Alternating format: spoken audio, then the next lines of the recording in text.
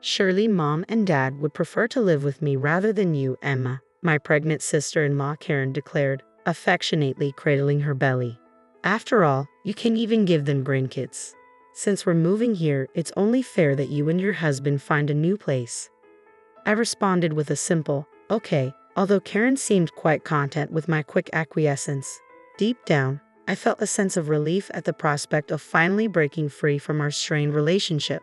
My name is Emma, and I've been married to Scott. Together, we've been grappling with the challenges of infertility. Having spent years working as a child care worker, my love for children ran deep within me. So when I discovered that conceiving was proving difficult after marrying Scott, it shook me to my core. I even confided in Scott, expressing my fear that he might regret marrying me, considering our struggle. With his gentle demeanor, Scott reassured me, saying, "I didn't marry you for children. I married you because I love you. Whatever challenges we face, we'll face them together." His words resonated with me, and we embarked on the journey of fertility treatments hand in hand. Reflecting on it now, I realize how fortunate I am to have such an exceptional husband by my side. Initially, I attempted to juggle fertility treatments with my job, but the demands of shift work made it increasingly challenging. As the treatments progressed, my emotions became more fragile, often leading to tears at the sight of children, a stark reminder of my own uncertain path to motherhood.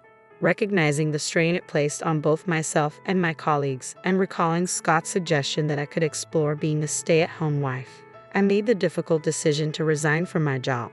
Now, amidst fertility treatments, I embrace the role of a full-time homemaker. Karen, Scott's younger sister, who is expecting her 5th child, learned of our struggles. Despite the sensitivity of my situation, Karen would visit with her 4 children in tow, oblivious to the emotional toll it sometimes took on me. With a casual tone, she'd remark, "Emma, you're at home now, aren't you? Why not lend me a hand with the kids? You used to work in childcare, didn't you? Take care of them for me, will you?" And with that, she'd leave her children in my care to indulge in her beauty treatments and manicures. Whenever I mentioned that it wasn't appropriate for me to babysit, Karen would dismissively retort, "In a society where people aren't having enough children, isn't someone like me, who's raising kids, more admirable? You who can't even have children should just do as I say." It was frustrating to care for someone else's children without compensation, even if she was my sister-in-law. Despite her abrasive demeanor, I couldn't ignore the longing in her children's eyes for their mother's presence. Each time they asked when she returned, it tugged at my heartstrings. I wondered the same thing myself.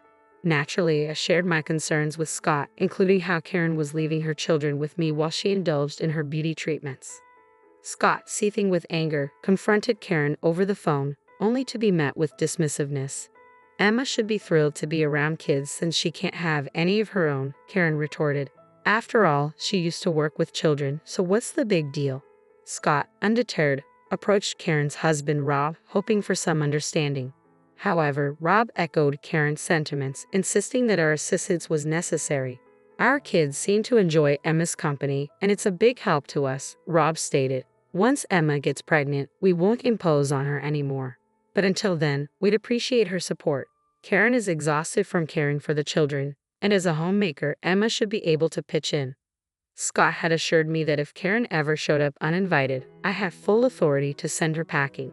However, her 4 children had a habit of darting straight to the back room without so much as a hello the moment they entered our home.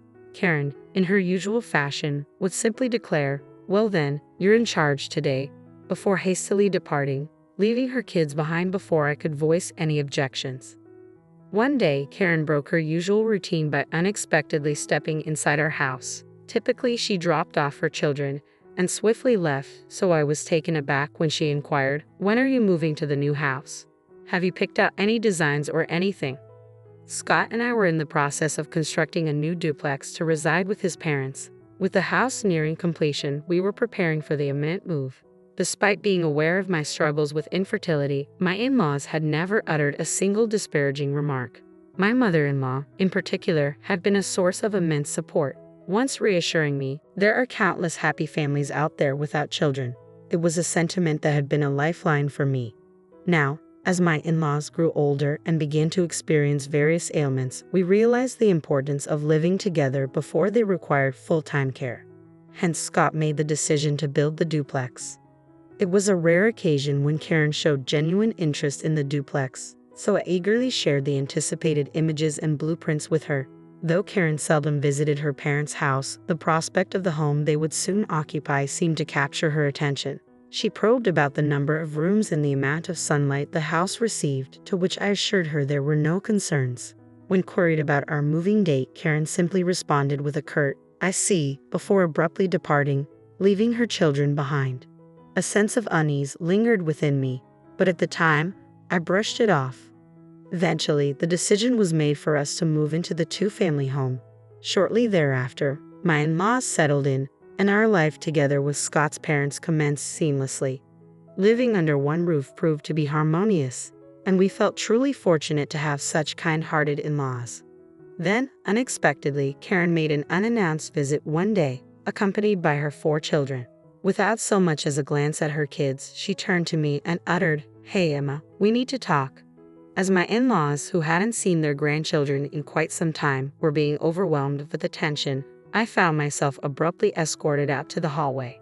Amidst my concerns about whether my in-laws, who had been lamenting their recent back problems, could manage the energetic kids, Karen dropped a bombshell. "Hey, why would you and Scott vacate this house?" I was caught off guard by her unexpected words, but Karen forged ahead, seemingly unconcerned with my reaction. "Undoubtedly, Mom and Dad would prefer to reside with me rather than with you, incapable of granting them grandchildren. After all, I'm their true daughter, bound by blood," Karen declared haughtily, her hand caressing her burgeoning belly. It was evident that Karen's scheme involved moving in with my in-laws and relying on them for childcare. "See how thrilled Mom and Dad are to dote on their grandchildren," Karen remarked, gesturing towards my struggling in-laws who were attempting to manage their lively brood of grandkids. Despite my futile attempts to reason with Karen, her determination remained unyielding. Each passing moment only fueled my simmering resentment towards her for ridiculing my infertility and imposing her children on my compassionate in-laws. After much contemplation, a solution dawned on me, and with a resigned nod, I uttered, "Fine, we'll find another place." Karen eagerly set the timeline for our departure and their subsequent occupancy, leaving her children behind once more. Yet amidst the chaos, I found a sense of relief, viewing this as an opportunity to sever ties with Karen.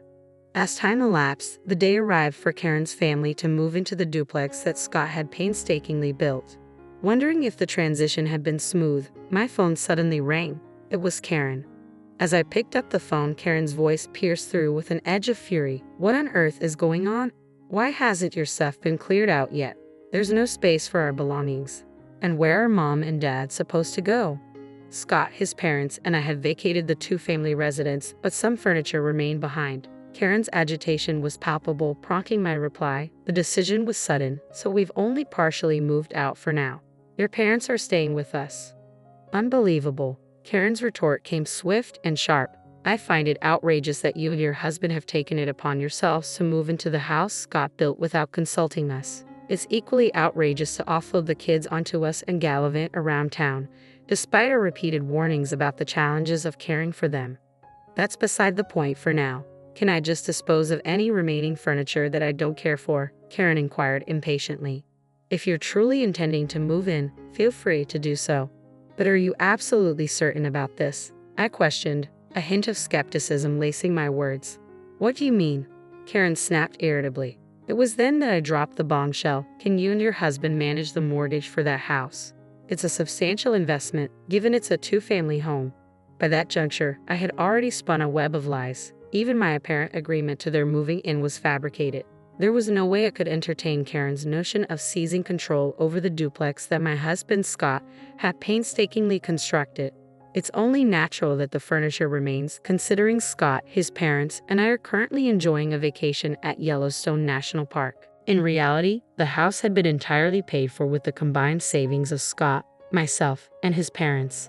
There was no mortgage to speak of, but the fabrication served its purpose in rattling Karen. Scott and his parents were in on the plan. When Karen demanded to speak with Scott, he adopted a mischievous grin and echoed my deception, claiming there was still a mortgage. Upon hearing this over the phone, Karen reportedly broke down in tears, unable to fathom the financial strain. She ultimately chose to retreat to her previous residence with her husband, Rob, and their children, after Scott assured her she could still withdraw and that we were also returning home. Upon our return home, narrowly averting Karen's attempted takeover, she wasted no time in launching into a tirade. "You never disclosed there was still a mortgage. Why keep us in the dark?" Karen's voice reverberated with anger as she directed her accusations at us. With a nonchalant shrug, I retorted, "Because you never inquired," causing Karen's face to flush an even deeper shade of red. The children were thrilled at the thought of this becoming our home. "You've shattered their dreams as well. Maybe your inability to conceive is punishment for your negligence. You owe it to them to properly care for the kids. Even if it's just playing with them, it's better than doing nothing." Karen's words stung with venom.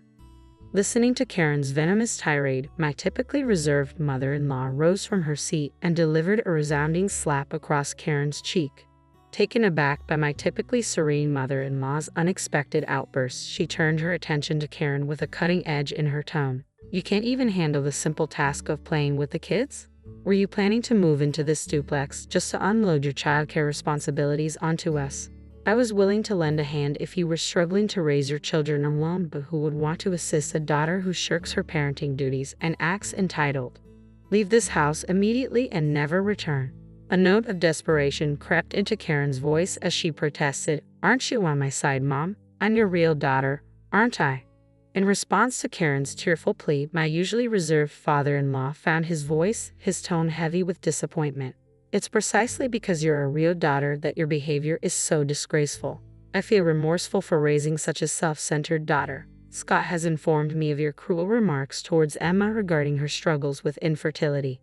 That's an unforgivable act." Karen's glare intensified towards me, but I couldn't help but feel a twinge of pity for her, knowing she would be facing her struggles alone from now on. With a solemn expression, I opened the front door for her.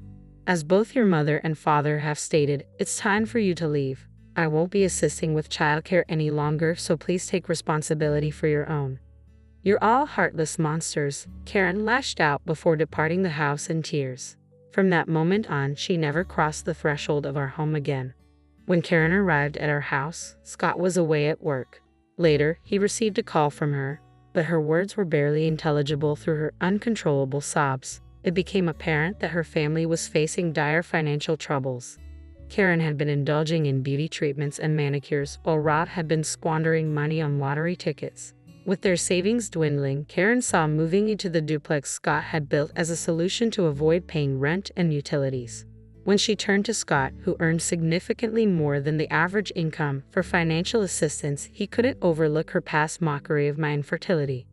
Scott advised Karen to cut back on beauty treatments and lottery tickets as a solution, but she tearfully refused. He couldn't bring himself to financially assist such an arrogant individual, even if she was his blood relative. As their financial situation worsened, Rob had to resort to taking a second job to cover their expenses after exhausting their funds on lottery tickets. Similarly, Karen had to forgo her regular beauty treatments due to a lack of funds. Once polished and composed, Karen was now almost unrecognizable after months of financial strain. It was only when Scott pointed her out that I realized it was indeed Karen. Yet, despite Karen's challenges, her children remained vibrant and content in her care, which was a relief. And then, a miraculous twist occurred. I discovered that I was pregnant with twins. However, even amidst the joyous news, tears welled in my eyes when the doctor confirmed it. Scott, by my side, also shed tears of happiness as we shared in the overwhelming emotion. My in-laws were equally ecstatic, finally seeing the realization of our long-held dream for a child.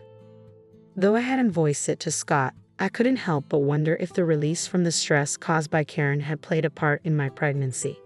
Reflecting on the unwavering support of Scott and my in-laws, who chose to stand by me rather than Karen, fills me with immense gratitude.